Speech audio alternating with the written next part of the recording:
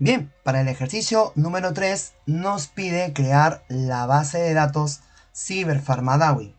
Eso significa que vamos a tener que ingresar a nuestra GUI de MySQL Workbench, ingresar a la conexión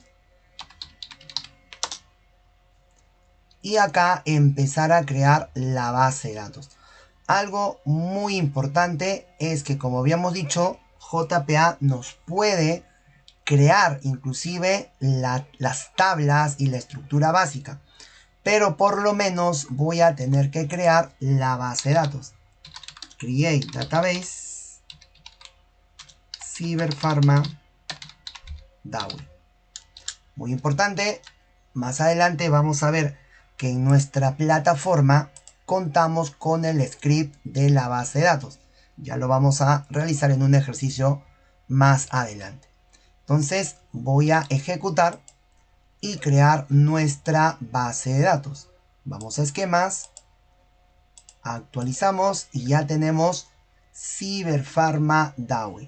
Y como obviamente ya sabemos, no tiene absolutamente ninguna tabla. Pero lo que vamos a hacer es que nuestro proyecto JPA se encargue de todo este manejo. Muy bien, el ejercicio número 3 además nos menciona que debemos configurar la unidad de persistencia. Recordemos que la unidad la encontramos dentro de la carpeta metainf. Y para configurar esta unidad de persistencia vamos a establecer la opción de conexión. ¿Qué tipo de conexión vamos a realizar? Nos indica que va a ser resource local, recursos locales, con lo cual vamos a poder colocar el driver, el URL, entre otras opciones. Por ejemplo, ya sabemos que el usuario es root y la contraseña que hemos venido manejando es MySQL. Con respecto al driver y al URL, podemos también utilizar la información que tenemos dentro del archivo de propiedades. Acá, por ejemplo, podremos copiar los valores que corresponden al driver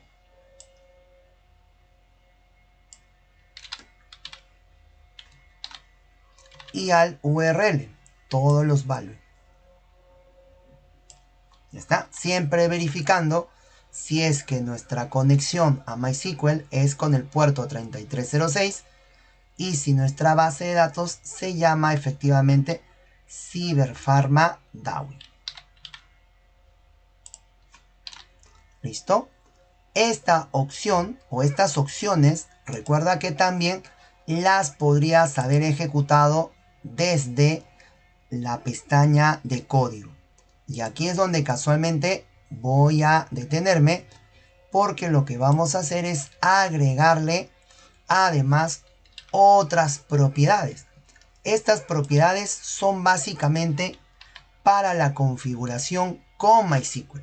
Es decir, el user, el password, el driver, el URL que vamos a realizar para conectarnos con la base de datos. Todas estas propiedades son propiedades para la conexión con MySQL. Entonces, muy importante entender que la unidad de persistencia no es otra cosa que un equivalente a ese archivo que tú usabas anteriormente para establecer la conexión. Por ejemplo, tu MySQL Connection. Pero además de utilizar la conexión con MySQL, vamos a agregarle además unas propiedades que nos van a permitir utilizar el manejador del ORM, en este caso Hibernate. Estas propiedades las vamos a indicar por acá, de tal manera que le estamos diciendo que el proyecto, de forma automática, el DDL, lo que corresponde al lenguaje de definición de datos, tendrá pues una opción de creación. Eso significa que creará, siempre que vamos a ejecutar, creará las tablas. Utilizará el dialecto de MySQL y a través de esta propiedad showSQL mostrará qué sentencias estás tú ejecutando. Ya está, entonces hasta acá ya tenemos de nuestro ejercicio número 3 la creación de la base de datos y la configuración de nuestra unidad de persistencia. Lo que sigue es crear el archivo para ejecutar nuestro código. Entonces lo que vamos a hacer es crear la clase demo1 dentro del paquete app. Entonces guardamos y cerraremos la unidad de persistencia por el momento y crearemos un paquete nuevo donde crearemos la clase demo01. Ya está. Esta clase es la que va a ejecutar los procesos para registrar un nuevo usuario. Entonces, para poder realizar estos procesos, vamos a crearle el método llamado método main, donde nosotros vamos a primero generar el objeto que queremos guardar, porque recuerda, para poder grabar habíamos dicho que se tiene que crear los objetos que permitan guardar, actualizar, eliminar o listar. Por lo tanto, voy a crear en nuestro proyecto un objeto de tipo usuario. Este objeto de tipo usuario vendría a ser el objeto con los datos a guardar.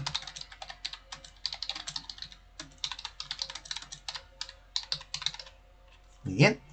Y para eso podemos construirlo mediante el constructor vacío y seteando todos los atributos, o simplemente usando el constructor con todos los campos, donde tendremos que ingresar un código de usuario, un nombre para el usuario, un apellido, vamos a ponerlo por acá, José Pérez, un correo. Recuerda que nosotros le hemos indicado que el atributo user va a ser correo, así que le vamos a poner un correo.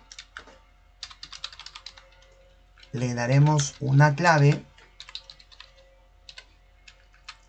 estableceremos una fecha de nacimiento. Recordemos que las fechas, al ser cadenas, vamos a ingresarlo como año, mes y día. Un tipo que va a ser un valor entero y un estado que también será un valor entero. Como no estamos creando las otras tablas que sirvan para crear las referencias, podremos ponerle cualquier valor. Pero para que no nos genere errores más adelante, voy a ponerle estos valores. Esto de acá vendría a ser el objeto del cual yo quiero guardar, actualizar o eliminar sus datos, inclusive el listado. Por lo tanto, ya tengo mi objeto. Habíamos mencionado que JPA nos va a ayudar a simplificar todo este proceso de los mantenimientos. Simplemente tendría que poner la sentencia que quiero que se ejecute. Pero para yo poder ejecutar esta sentencia, necesito algo previamente, que vendría a ser establecer, o mejor dicho, obtener la conexión. Y para eso vamos a utilizar una clase que se va a encargar de decirle al proyecto qué tipo de conexión vas a utilizar. Es decir, vamos a utilizar una conexión usando DAO.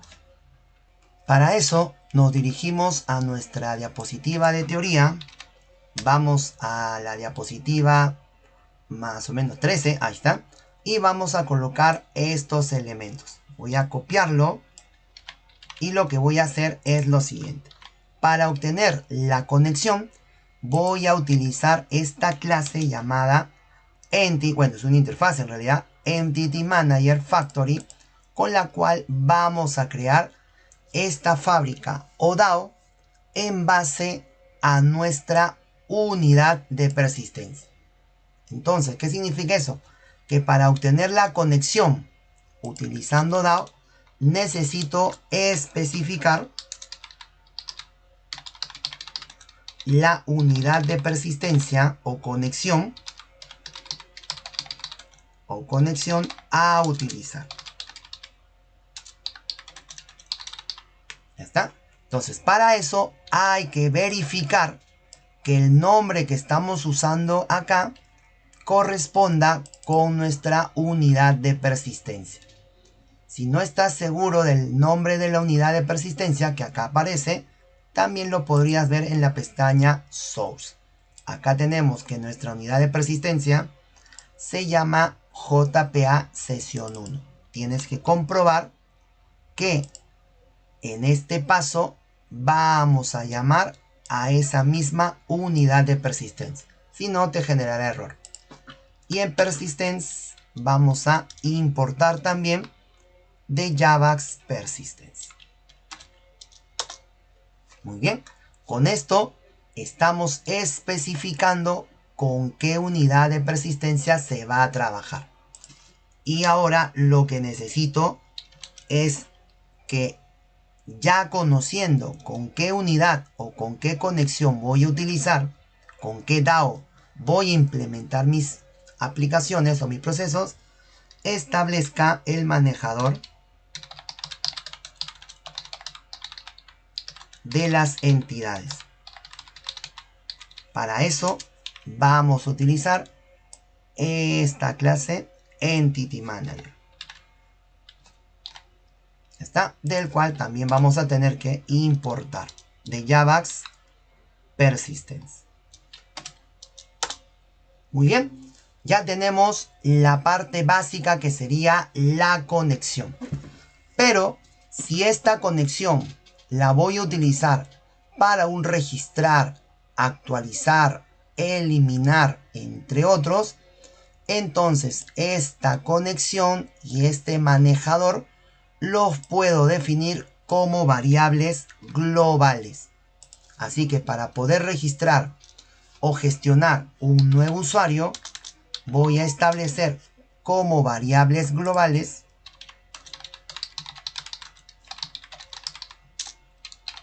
estos elementos. Tengo por acá mi conexión, el DAO, y tenemos el manejador de entidades. Entonces, mira cómo se va simplificando, que ese es el objetivo de JPA. Para yo poder registrar un nuevo usuario, necesito el objeto con la información que quiero grabar. Ya está. Por acá tengo como variables globales lo que sería el DAO y el manejador de las entidades. Por lo tanto, acá viene ya nuestro proceso de grabación o registro. Y para eso hay que tener en cuenta lo siguiente. ¿Qué cosa? Que si el proceso es un registro, también podría ser, si es un registro, actualización o eliminación, entonces lo que vamos a hacer es, antes de llamar a lo que sería esta sintaxis del insert, es decir, esta grabación, esta actualización, tengo que decirle que controle o maneje todo eso. Y para eso vamos a usar una opción que se llama las transacciones. De manera que si este proceso de grabación me generara un problema, podemos deshacer los cambios, podemos ir evaluando, entre otros. Observemos que nuestra variable em me está mandando que debería ser de tipo estático, ¿no? Para debido a que no tenemos una variable. Más adelante lo vamos a recordar todo esto. Así que acá lo pondremos estático. ¿Para qué? Para que se llame a esta misma fábrica, a este mismo manejador y no esté creando otros nuevos objetos. Se trabajará únicamente con estos elementos. Entonces, tengo el objeto que quiero registrar. Como es un registro, tengo que empezar una transacción. Y lo que normalmente tendría que ser un simple insert into, etcétera, etcétera, etcétera. Lo que normalmente debería ser un insert into se resume en simplemente llamar al método persist. Este método persist necesita que le pase el objeto que quiero guardar, es decir, donde está toda la información. Y si este proceso no me genera ningún problema, entonces tengo que confirmar el registro, como mediante transacción, pero esta vez utilizando el comando commit. ¿Ya está? Así que por acá le pondré entonces un mensaje de registro OK. ¿Listo? Y en eso se resume, mira. Por ejemplo, lo que tú normalmente en otros procesos tendrías que hacer una serie de configuraciones, prepare statement, manejo de clases, simplemente se ha resumido en el método persist. Ahora solamente tendríamos que ejecutar el código para comprobar si es que no hay ningún problema. Vamos a ejecutarlo. Listo. Y observamos que Hibernate lo que está haciendo es lo siguiente. Está borrando la tabla de usuarios. ¿Por qué la tabla de usuarios? Porque esa es la tabla que nosotros le hemos indicado que se tiene que mapear en usuario. Si no existe la tabla, pues no hace nada. Una vez que la borró, lo que va a hacer es crear la tabla. ¿Eso qué significa? Que si yo en este momento actualizo mi base de datos, observarás que aparece la tabla del usuario. JPA, a través de estas sentencias de su URM, ha creado nuestra tabla.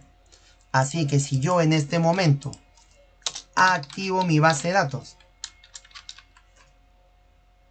y hago un select, voy a observar qué cosa es lo que tengo en esta tabla. Select asterisco from tb usuarios.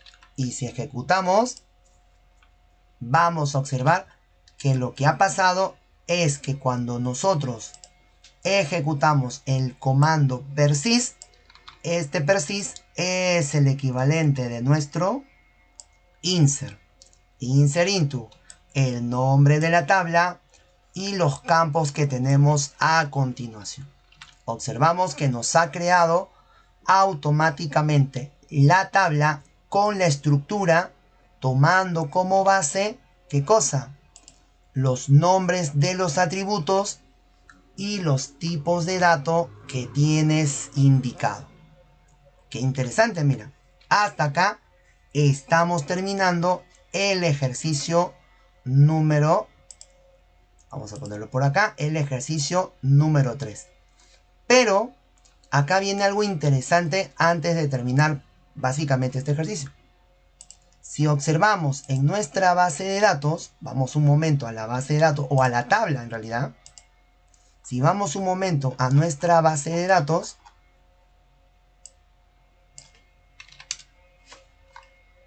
perdón, en el ejercicio estaba.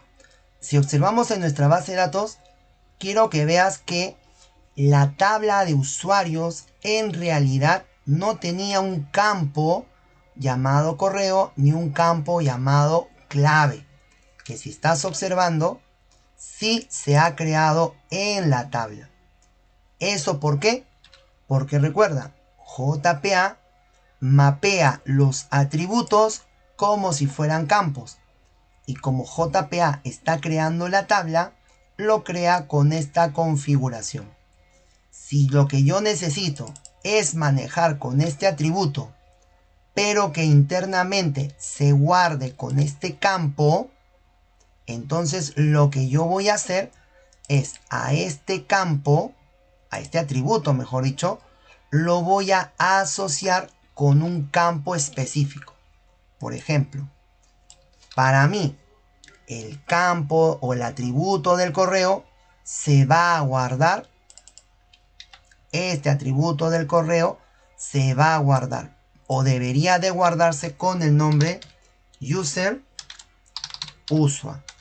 Esto es lo mismo que si le hubiese puesto la anotación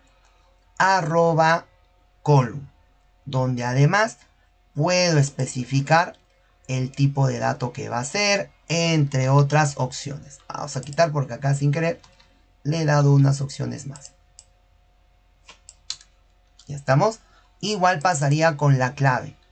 Al atributo clave lo vamos a mapear para que se guarde no con el nombre por default del atributo, sino con el nombre real que debería ser. Cla usual. Ya estamos. Grabamos y volveremos a ejecutar nuestro código.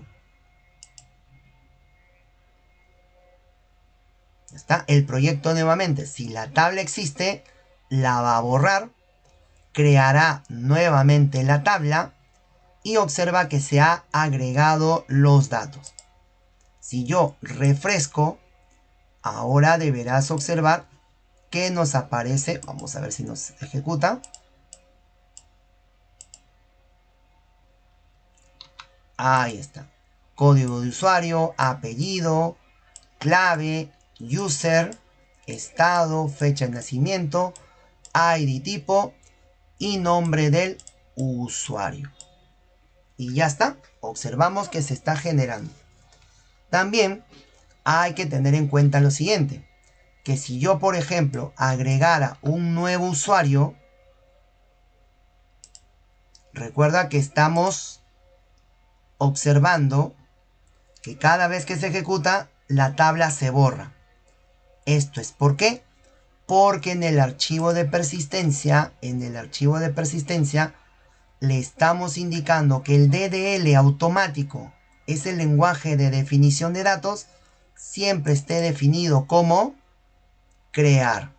Para que eso no suceda, deberíamos cambiarlo a update. Entonces, crear siempre va a borrar y crear, mientras que update simplemente irá agregando sobre la información ya existente. Hasta ahí entonces, si yo ejecuto mi código nuevamente, ya está, si yo ejecuto mi código nuevamente, ahora sí tendré tanto el código 2 como el código, y ya no va a borrar ni la tabla ni volverla a crear, sino simplemente el comando persist realizará el insert respectivo.